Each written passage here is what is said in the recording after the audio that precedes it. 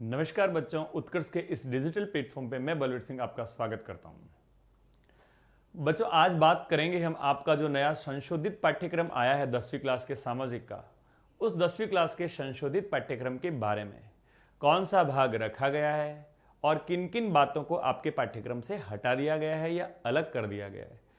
क्योंकि सरकार अभी तक तो इसी उलझन में चली है, स्कूल कब खुलें कब नहीं खुलें, अभी तक ये पूरा निर्णय नहीं हो पाया है। और जब भी स्कूल खुलेगी तब से कितना पाठ्यक्रम पढ़ाया जाएगा और कितने पाठ्यक्रम से बोर्ड में संभावित प्रश्न बनने की गुंजाइश रहती है, जो जो पार्ट इसमें शामिल किया गया उनके बारे में हम लोग चर्चा करेंगे।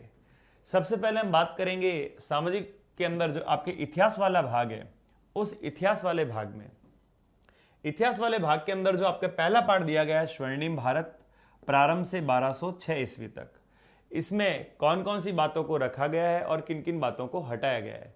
तो सबसे पहले शामिल हुआ है उनको देखते हैं, फिर हम बात करेंगे किन किन भाग को हटा दिया गया है उस हटाए गए भाग के बारे में। तो शामिल रखा गया है मौर्य वंश को, मौर्य वंश के प्रमुख शासकों को, किस प्रकार से मौर्य वंश का पतन होता है और मौर्य प्रशासन किस प्रकार का था, मौर्यों की सैन्य व्यवस्था कैसी थी और मौर्यों की न्याय व्यवस्था कैसी थी, इस भाग को। इसके अलावा गुप्त वंश को, गुप्त वंश के साम्राज्य को, इनकी पूरी की पूरी सांस्कृतिक उपलब्धियों को और उस समय का जो समाज था उस गुप्तकालीन समाज को। साथ में रखा गया है इस वर्धन वंश को। ये जो तीन भाग है, मौर्य वंश का, गुप्त वंश का और वर्धन वंश का, इन्हें रखा गया है। इनके अलावा जितने भी राजवंश थे उन सबको हटा दिया गया है। जो पहले सबसे पहले पार्ट के स्टार्टिंग में आता है आपके महाजनपद काल, महाजनपद काल को हटा दिया गया है। राजस्थान के जो प्रमुख जनपद थे उस प्रमुख जनपदों को हटा दिया गया है। सुंग वंश, सातवाहन वंश, पाल वंश, राष्ट्रकूट, गुर्जर प्रतिहार, चोल, पल्लव और चालुक्य वंश, इन सब को पाठ्यक्रम में से इस बार के लिए हटा दिया गया है पहले पार्ट में। इसी के साथ बाह्य आक्रमण में हम शक, हुण और कुषाणों के बारे में पढ़ते थे कि किस प्रकार से शकों ने, हुणों ने और कुषाणों ने भारत पर आक्रमण किया और आक्रमण करने के साथ ही उन्होंने अपना आत्मसातीकरण कर लिया। इस टॉपिक को भी इस बार के लिए पाठ्यक्रम से अलग कर दिया गया है। हम आगे बात करें दूसरे पार्ट के बारे में, संघर्षकालीन भारत 1206 से लेकर 1757 तक। तो संघर्षकालीन भारत के अंदर हम लोग देखते हैं सबसे पहले दिल्ली सल्तनत के बारे में, और दिल्ली सल्तनत के अंदर गुलाम वंश, फिर खिलजी वंश, तुगलक वंश, सैयद वंश और लोधी वंश, इन 5 वंशों के बारे में, और साथ ही साथ इस दिल्ली सल्तनत का जो प्रशासन था, इस दिल्ली सल्तनत कालीन प्रशासन के बारे में। फिर मुगलों का आगमन हो जाता है, और मुगलों के आगमन के बारे में भी इस दूसरे पार्ट के अंदर हम लोगों को इस बार भी पढ़ना होगा। और क्या क्या पढ़ना होगा? बाबर, बाबर के बाद हुमायूं, हुमायूं के बाद शेरशाह सूरी, शेरशाह सूरी के द्वारा स्थापित किया गया सूर साम्राज्य, सूर साम्राज्य के बाद फिर से अकबर का आना, फिर जहांगीर, शाहजहां, औरंगजेब। इनके बाद मुगलों का जो प्रशासन था उस मुगलों के प्रशासन के बारे में हम लोग जानेंगे। फिर विशेष रूप से हम देखेंगे कि राजस्थान के कुछ ऐसे प्रमुख राजाओं के बारे में जिन राजाओं ने यहां बाहर से आने वाले आक्रमणकारियों के साथ में कुछ ने प्रतिरोध किया और कुछ ने उन राजाओं का सहयोग किया।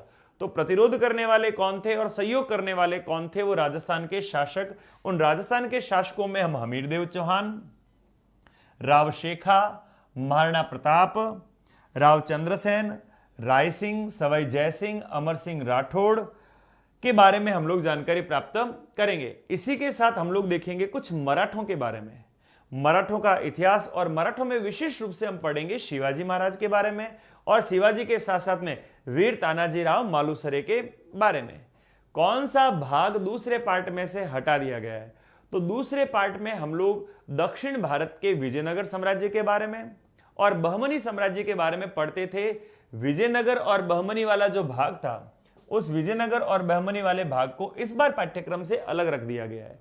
विजयनगर बहमनी के साथ साथ जो सिख धर्म के प्रमुख 10 गुरुओं के बारे में जानकारी आती थी, वो सिख धर्म के 10 गुरुओं की जो जानकारी थी, किस प्रकार से उनका प्रादुर्भाव हुआ, किस प्रकार से सिख धर्म का विकास हुआ, तो सिख धर्म वाला भाग भी इस बार पाठ्यक्रम से अलग कर दिया गया है। इस दूसरे पार्ट के साथ में अंक भार कितने रखे गए हैं? तो दूसरे पार्ट के जो अंक हैं वो निर्धारित किए गए हैं आपके 6।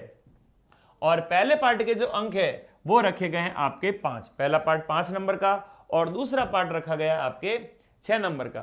फिर हम आगे चले तीसरे पार्ट की तरफ। तो तीसरे पार्ट का नाम है अंग्रेजी साम्राज्य का प्रतिकार एवं संघर्ष। किस प्रकार से अंग्रेजों ने भारत में अपने उपनिवेश को स्थापित किया, भारत को गुलाम बनाया, और फिर भारत में किस प्रकार से अंग्रेजों के साथ में संघर्ष किया गया। ये पार्ट आपके हैं इस बार 7 नंबर का। पढ़ना क्या क्या है और हटाया किन किन बातों को गया है। तो 1757 से लेके 1857 के बीच किस प्रकार से 1857 का जो विद्रोह हुआ, उस विद्रोह के लिए चेतना किस प्रकार से जागृत हुई, इन अंग्रेजों के द्वारा कौन कौन से ऐसे कार्य किए गए जिससे तंग आए गए, और भारत में ऐसे कौन कौन से क्रांतिकारी आंदोलन हुए जिसे स्वतंत्रता की भावना बढ़ी, उनके बारे में बात करेंगे। फिर हम पढ़ेंगे भारत का प्रथम स्वतंत्रता संग्राम 1857 की क्रांति या 1857 का स्वतंत्रता संग्राम के बारे में। फिर हम देखेंगे प्रमुख आदिवासियों के द्वारा किए जाने वाले जनजातीय संघर्ष या जनजातीय आंदोलन के बारे में। साथ ही हम देखेंगे भारत के अंदर जो राजनीतिक आंदोलन प्रारंभ हुए थे देश की आजादी के लिए, और राजनीतिक आंदोलन को बांट दिया जाता है 2 भागों में, 1857 से लेके 1919 तक, और फिर 1919 से लेके 1947 यानी गांधी युग जो है, उस महात्मा गांधी के योगदान के बारे में, यहां कांग्रेस के बारे में या महात्मा गांधी के योगदान के बारे में विशेष रूप से। फिर देखेंगे राजस्थान के संदर्भ में, इसमें पढ़ेंगे हम राजस्थान के प्रमुख जनजातीय आंदोलन, राजस्थान के प्रमुख किसान आंदोलन और राजस्थान के प्रमुख प्रजामंडल आंदोलनों के बारे में। इस तीसरे पार्ट में से कौन कौन सा भाग हटा दिया गया है, कौन सा भाग हम लोगों को नहीं पढ़ना है, सिलेबस में से या पाठ्यक्रम में से किसे बाहर कर दिया गया है। तो जिसे बाहर किया गया है वो है अंग्रेजों का मराठों के साथ में और अंग्रेजों का मैसूर के सुल्तान के साथ में जो संघर्ष हुआ, उस संघर्ष को इस बार नहीं पढ़ना है। अंग्रेजों का पंजाब के साथ में किस प्रकार से संघर्ष हुआ वो भी हम लोगों को नहीं पढ़ना है। साथ साथ में ये जो क्रांतिकारियों के संगठन बने हुए थे, उन क्रांतिकारी संगठनों ने किस प्रकार से देश की आजादी में अपनी भूमिका निभाते हुए संघर्ष या योगदान दिया, उसको भी नहीं पढ़ना है। अब यहां हम लोग जब क्रांतिकारी संगठनों के बारे में पढ़ते थे तो विशेष रूप से हम पढ़ते थे महाराष्ट्र में क्रांतिकारी आंदोलन को, जिसमें चापेकर बंधुओं की भूमिका, श्यामजी कृष्ण वर्मा, वीडी सावरकर, और बंगाल के क्रांतिकारी आंदोलन और साथ में किसान आंदोलन। ये जो भाग होगा, इस भाग के बारे में हम लोग इस बार चर्चा नहीं करेंगे। फिर हम देखेंगे चौथे पार्ट, जिसमें हम विश्व का इतिहास पढ़ते थे, और विश्व के इतिहास में केवल एक ही भाग रखा गया है इंग्लैंड में जो औद्योगिक क्रांति हुई थी, उस औद्योगिक क्रांति वाले भाग को। औद्योगिक क्रांति के कारण, उसका स्वरूप और उसके परिणाम, ये 3 भाग हम लोगों को इस औद्योगिक क्रांति में पढ़ना है। हटाया किस चीज को गया था, तो हटा दिया गया है यूरोप में राष्ट्रवाद का उदय किस प्रकार से होता है, उस भाग को। यूरोप में राष्ट्रवाद का उदय किन कारणों से हुआ उसे, और जर्मनी और इटली के एकीकरण की जो प्रक्रिया थी उसे पूरा का पूरा इस बार पाठ्यक्रम में से हटा दिया गया है, इसे शामिल नहीं किया गया है। फिर इतिहास के बाद हम लोग देखते हैं पॉलिटिकल के बारे में या राजनीतिक शास्त्र के बारे में या राजनीतिक विज्ञान के बारे में। राजनीतिक विज्ञान के अंदर जो हमारा पहला 5वां पार्ट आता है, लोकतंत्र, 5 नंबर का पार्ट है, और इस 5 नंबर के पार्ट के अंदर कौन कौन सी चीजों को रखा गया है और किसे हटाया गया है। तो शामिल किया गया है इसमें लोकतंत्र के अर्थ, विशेषता, लोकतंत्र की सफलता, लोकतंत्र के लिए आवश्यक परिस्थितियां और लोकतंत्र का आलोचनात्मक परीक्षण। इसमें हम उसके गुण और दोष, इन दोनों चीजों को देखते थे। अब हटाया किसे गया है, लोकतंत्र की अलग अलग विद्वानों के द्वारा जो परिभाषाएं दी गई थी, उन सारी की सारी परिभाषाओं को हटा दिया गया है। लोकतंत्र की कार्यप्रणाली किस प्रकार की, वो कार्यप्रणाली वाला भाग हटा दिया गया है, और लोकतंत्र की अवधारणा और लोकतंत्र के जो सिद्धांत दिए गए थे, उन लोकतंत्र की अवधारणा वाले भाग को और लोकतंत्र के सिद्धांत वाले भाग को अलग कर दिया गया है, हटा दिया गया है पाठ्यक्रम से इस बार। फिर हम लोग छठे पार्ट में चलें केंद्र सरकार की तरफ। तो केंद्र सरकार वाला जो पार्ट है ये है 7 नंबर का। इसमें क्या क्या रखा गया है, इसमें शामिल किया गया है सरकार का अर्थ, सरकार किसे कहा गया है, सरकार की परिभाषा, साथ में इसमें सरकार के प्रमुख अंगों में व्यवस्थापिका, न्यायपालिका, और फिर हम व्यवस्थापिका में देखेंगे भारत की संसद, संसद के दोनों सदन राज्यसभा और लोकसभा, संसद की किस प्रकार की कार्य प्रणाली उसके बारे में और संसद की शक्तियों के बारे में। फिर हम देखेंगे हमारी कार्यपालिका, और कार्यपालिका में विशेष रूप से पढ़ना होता है राष्ट्रपति, प्रधानमंत्री और विपक्ष की भूमिका के बारे में। साथ ही साथ जो केंद्र सरकार के अंदर न्यायपालिका वाला भाग आता है, उस न्यायपालिका वाले भाग के अंदर केवल न्यायाधीशों की जो योग्यता है, उन न्यायाधीशों की योग्यता को ही इस बार पाठ्यक्रम में शामिल किया गया है। हटाया किस किस भाग को गया छठे पाठ में से? जो केंद्र की कार्यपालिका थी, उस केंद्र की कार्यपालिका में उपराष्ट्रपति को हटा दिया गया है, मंत्रिपरिषद को हटा दिया गया। प्रधानमंत्री की जो मंत्रिपरिषद होती थी, प्रधानमंत्री को पढ़ना है, लेकिन प्रधानमंत्री की जो मंत्रिपरिषद थी, उस मंत्रिपरिषद को हटा दिया गया है। मंत्रिपरिषद के कार्य, मंत्रिपरिषद के अधिकार और मंत्रिपरिषद की शक्तियां, इन्हें पूरा का पूरा अलग कर दिया गया है केंद्रीय कार्यपालिका से। साथ ही साथ जो न्यायपालिका है, उस न्यायपालिका में सर्वोच्च न्यायालय के न्यायाधीशों की योग्यता को रखा गया है, और सर्वोच्च न्यायालय के न्यायाधीशों की योग्यता के अलावा सर्वोच्च न्यायालय का गठन किस प्रकार से होता था, और सर्वोच्च न्यायालय का जो क्षेत्राधिकार था, और क्षेत्राधिकार वाले भाग को पूरा का पूरा पाठ्यक्रम से अलग कर दिया गया। इसे इस बार हमें पढ़ने की आवश्यकता नहीं होगी। फिर 7वें पार्ट में हम देखते थे राज्य सरकार के बारे में। राज्य सरकार वाला जो पार्ट है वो 8 नंबर का रखा गया है, अंक भार इसके है 8। राज्य सरकार में हम विधानमंडल, और विधानमंडल में हम लोग देखते थे विधानसभा, विधान परिषद और राज्यपाल के बारे में। इस बार क्या क्या देखना है हम लोगों को? इस बार देखना है इस विधानमंडल या विधायिका, और इसमें विधानमंडल के 2 अंग जो होंगे, उसमें विधानसभा, विधानसभा का किस प्रकार से गठन होता है, विधानसभा का कार्य क्या क्या होता है, कौन कौन सी शक्तियां इसके पास में रहती है, विधान परिषद का गठन, विधान परिषद का कार्य और विधान परिषद की शक्तियां, ये यहां पर देखना है। फिर राज्य की कार्यपालिका में, राज्य की कार्यपालिका का गठन किन किन से मिलकर होता है, राज्य की कार्यपालिका का कार्य क्या होता है, राज्य की कार्यपालिका का अधिकार क्या है, और राज्य की कार्यपालिका के पास में शक्तियां क्या होती है। इसमें विशेष रूप से हम लोगों को पढ़ना है राज्यपाल, मुख्यमंत्री, फिर उच्च न्यायालय और उच्च न्यायालय के न्यायाधीशों की योग्यता और उन न्यायाधीशों की नियुक्ति। जो राज्य की न्यायपालिका है, जिसे हम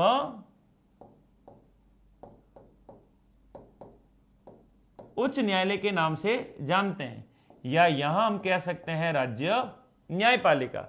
तो राज्य न्यायपालिका वाला जो भाग है, उस न्यायपालिका वाले भाग के अंदर न्यायाधीशों की योग्यता और न्यायाधीशों की नियुक्ति किस प्रकार से होती है, वो हम लोगों को देखना होगा। राजस्थान में विधान परिषद का गठन किस प्रकार से किया जाता था, वो राजस्थान की विधान परिषद की जो प्रक्रिया है, उस प्रक्रिया को हटा दिया गया, और राजस्थान में विधान परिषद है या नहीं है, वर्तमान में राजस्थान में विधान परिषद की क्या स्थिति है, इस राजस्थान की विधान परिषद वाले भाग को पूरा का पूरा इस 7वें पार्ट में से अलग कर दिया गया है, हटा दिया गया है राज्य सरकार में से। फिर पॉलिटिकल के बाद हम लोग देखते हैं भूगोल के बारे में। 3 पार्ट हमारे पॉलिटिकल के हो गए, लोकतांत्रिक, केंद्र सरकार और राज्य सरकार। फिर चलते हैं भूगोल की तरफ। तो भूगोल में किन किन बातों को रखा गया है और कौन कौन सी बातों को हटा दिया गया है। तो भूगोल में जो जल संसाधन वाला भाग है, 8वां पार्ट 2 नंबर का जल संसाधन, इस जल संसाधन वाले भाग को पूरा का पूरा रखा गया है, इसमें हटाया कुछ भी नहीं गया है, कोई कुछ भी इसमें से परिवर्तन नहीं हुआ है। जो पूरा जैसा पार्ट था उसमें प्रमुख बहुउद्देशीय योजनाएं, जल संरक्षण, जल का किस प्रकार से प्रबंधन किया जा सकता है, और राजस्थान में जो जल स्वावलंबन की योजना चलाई गई थी राजस्थान के संदर्भ में, उनको हमको पूरा का पूरा देखना होगा, पढ़ना होगा। फिर 90 पार्ट में चले भारतीय कृषि, जो 3 नंबर का रखा गया है। इसमें हमें केवल और केवल भारत की प्रमुख खाद्यान्न फसलें हैं, उन खाद्यान्न फसलों को ही पढ़ना होगा। खाद्यान्न फसलों के अलावा जो इस भारतीय कृषि के दूसरे भाग थे, जिसमें दलहन फसलें शामिल होती थी, उन दलहन फसलों को इस बार पाठ्यक्रम से हटा दिया गया है। भारतीय अर्थव्यवस्था में इस कृषि का क्या योगदान है, उस भारतीय अर्थव्यवस्था में कृषि के योगदान वाले भाग को भी पाठ्यक्रम से अलग कर दिया गया है, इसे भी शामिल कर दिया गया है। इसे भी इस बार हम जो भारतीय कृषि के अंदर हमेशा पढ़ते थे, वो इस बार पढ़ने की आवश्यकता नहीं होगी।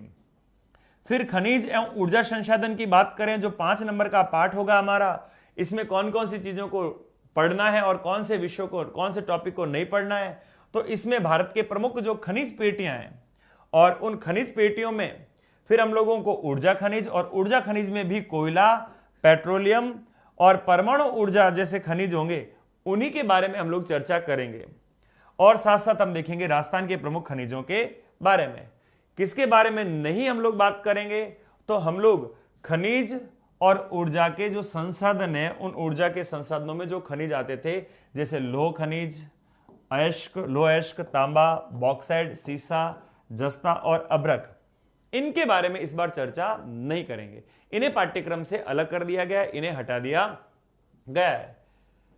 फिर भूगोल के अंदर ही जो आपके विनिर्माण उद्योग था 11वां पार्ट 4 नंबर का, उस 4 नंबर के विनिर्माण उद्योग पार्ट में से राजस्थान में औद्योगिकरण, राजस्थान के प्रमुख उद्योग और औद्योगिक प्रदूषण को ही राजस्थान के संदर्भ में रखा गया है। बाकी जो हम भारत के बारे में पढ़ते थे, भारत में किस प्रकार से इन आधुनिक उद्योगों की स्थापना हुई, और उसमें भी लौह इस्पात उद्योग, सूती वस्त्र उद्योग, सीमेंट उद्योग, कागज उद्योग, इनके बारे में इस बार पढ़ने की आवश्यकता नहीं। इसे पाठ्यक्रम से अलग कर दिया गया, इसे पाठ्यक्रम में से हटा दिया गया है। फिर जो जनसंख्या वाला पार्ट था मानव संसाधन, इस मानव संसाधन में जनसंख्या, जनसंख्या का आकार, जनसंख्या का वितरण, जनसंख्या वृद्धि के कारण, जनसंख्या का घनत्व, भारत की जनसंख्या की विशेषता क्या है, और उस विशेषता में साक्षरता दर और लिंगानुपात वाला भाग जो होगा वो तो पाठ्यक्रम में सम्मिलित है, इसे पढ़ना होगा। और किसे नहीं पढ़ना होगा, जिसे नहीं पढ़ना होगा, उसमें आ रही है भारत की जनसंख्या की जो विशेषता है, उस विशेषताओं को, नगरीकरण वाले भाग को, जनसंख्या की समस्या को, जनसंख्या नीति जो बनाई गई है सरकार के द्वारा, उस जनसंख्या नीति को, और राजस्थान की जो जनसंख्या नीति है, इसे इस बार पढ़ने की आवश्यकता नहीं है। ये जो विषय है, ये जो टॉपिक रखे गए हैं, इनके बारे में चर्चा होगी, इनके बारे में बिल्कुल भी चर्चा नहीं होगी, इस बार इनको अलग कर दिया गया है। उसके बाद आपके परिवहन और संचार के साधनों वाला जो पार्ट था 13वां पार्ट, इस पूरे के पूरे 13वें पार्ट को पाठ्यक्रम में से अलग कर दिया गया है। 13वां पार्ट आपके इस बार बोर्ड के एग्जाम में पूछा नहीं जाएगा, इसलिए हमें 13वें पार्ट को पढ़ने की आवश्यकता नहीं होगी। फिर अर्थशास्त्र के बारे में बात करेंगे, और अर्थशास्त्र में हम देखेंगे कि जो 14वें नंबर पे पार्ट आता है आर्थिक अवधारणाएं एवं नियोजन। तो आर्थिक अवधारणा और नियोजन जो 3 नंबर का पार्ट है, इसमें हम लोग आर्थिक विकास को पढ़ेंगे, और भारत में किस प्रकार से आर्थिक विकास के लिए जो नियोजन किया गया है, जो प्लानिंग की गई है, जो योजनाएं बनाई गई है, उन योजनाओं के बारे में बात करेंगे। साथ साथ हम देखेंगे कि हमारी अर्थव्यवस्था के जो क्षेत्र है, उन अर्थव्यवस्था के क्षेत्रों के बारे में, हमारी राष्ट्रीय आय का जो सामान्य परिचय होगा, उस राष्ट्रीय आय का सामान्य परिचय और आर्थिक वृद्धि, ये जो हमें हर साल पढ़ने होते थे, इस बार हमें पढ़ने की आवश्यकता नहीं होगी। अर्थव्यवस्था के क्षेत्र जो 3 क्षेत्र थे, प्राथमिक, द्वितीयक और तृतीयक, इन्हें हटा दिया गया है। राष्ट्रीय आय क्या है, किस प्रकार से इसे मापा जाता था, उसे हटा दिया गया है, और जो आर्थिक वृद्धि थी, उस आर्थिक वृद्धि को अलग कर दिया गया है। फिर 15वें पार्ट की अर्थशास्त्र में हम बात करें तो 15वां पार्ट आता है हमारे सामने भारतीय अर्थव्यवस्था की विशेषता, और उसमें कुछ नई बातों को जो शामिल किया गया है वो नवीन प्रवृत्तियां। 6 नंबर का ये पार्ट होगा, इसमें किन किन बातों को शामिल किया गया और कौन सी बातों को हटाया गया, पहले जिन्हें रखा गया उनके बारे में बात करें तो हमारे यहां पर जो आर्थिक सुधार का प्रयास किया गया, आर्थिक सुधार के जो कदम उठाए गए, उसमें उदारीकरण, निजीकरण और वैश्वीकरण, यानी एलपीजी का जो मॉडल था, उस उदारीकरण, निजीकरण, वैश्वीकरण के बारे में बात होगी वर्तमान के अंदर जो स्वदेशी की अवधारणा बढ़ रही है और विदेशी सामान को खरीदने के प्रति लोगों की जो इच्छाएं धीरे धीरे खत्म होती जा रही है, और स्वदेशी किस प्रकार से स्वदेशी की भावना को प्रबल बनाया जा रहा है, स्वदेशी की अवधारणा को और स्किल डेवलपमेंट यानी कौशल विकास को, ये तो हमें पढ़ना होगा। और नहीं पढ़ना है वो है अविकसित अर्थव्यवस्था कैसी होती है, उसका स्वरूप क्या होता है, और विकासशील अर्थव्यवस्था कैसी होती है, इस अविकसित और विकासशील के बारे में हमें जानने की आवश्यकता इस बार नहीं होगी। फिर अर्थशास्त्र में ही देखें आगे तो हम देखेंगे कि भारतीय अर्थव्यवस्था के सामने जो चुनौती वाला टॉपिक था, हमारा 16वां पार्ट 4 नंबर का इस बार रखा गया है। इसमें हम लोगों को निर्धनता के बारे में पढ़ना है, बेरोजगारी के बारे में पढ़ना है, बेरोजगारी के कारणों के बारे में पढ़ना है, और बेरोजगारी को किस प्रकार से दूर किया जा सकता है, उस बेरोजगारी के उपायों के बारे में हम लोगों को बात करनी होगी। कौन सा टॉपिक हटा दिया गया है, महंगाई या मूल्य वृद्धि वाला जो भाग था, उस मूल्य वृद्धि वाले भाग को इस बार पाठ्यक्रम से हटा दिया गया है। फिर आपके 17वां पार्ट आता था मुद्रा एवं वित्तीय संस्थान, इस पूरे के पूरे पार्ट को आपके सिलेबस से इस बार अलग कर दिया गया, हटा दिया गया। आपको 17वां पार्ट पढ़ने की आवश्यकता इस बार नहीं होगी। फिर 18वां पाठ उपभोक्ता से संबंधित उपभोक्ता एवं विधिक जागरूकता तथा सूचना का अधिकार, ये 5 नंबर का रखा गया है। ये पाठ हम लोगों को पूरा का पूरा पढ़ना है, इसमें किसी भी भाग को हटाया नहीं गया है। पूरा का पूरा ये जो पाठ होगा आपके 18वां पाठ उपभोक्ता से संबंधित, तो इसमें उपभोक्ता किसे कहा जाता है, उपभोक्ता के अर्थ के बारे में बात होगी, उपभोक्ता का शोषण किस प्रकार से किया जाता है उस उपभोक्ता के शोषण के बारे में बात होगी, उपभोक्ता को कौन कौन से अधिकार दिए गए हैं, उपभोक्ता के कर्तव्य कौन कौन से होते हैं, उपभोक्ता को अगर किसी बात को लेकर कोई समस्या हो तो उस विवाद को कहां सुलझाया जा सकता है, किस प्रकार से उसका उपाय किया जा सकता है, उसके बारे में बात होंगे। और विशेष रूप से हम राजस्थान के बारे में बात करेंगे, राजस्थान राज्य विधिक सेवा प्राधिकरण के बारे में। और फिर आपके 2-2 नंबर के और पीछे 2 भाग आ जाते हैं, 19वां और 20वां सड़क सुरक्षा और स्वच्छता एवं ठोस कचरा प्रबंधन। ये पूरा का पूरा रखा गया है, इसमें भी किसी प्रकार का कोई परिवर्तन नहीं किया गया है।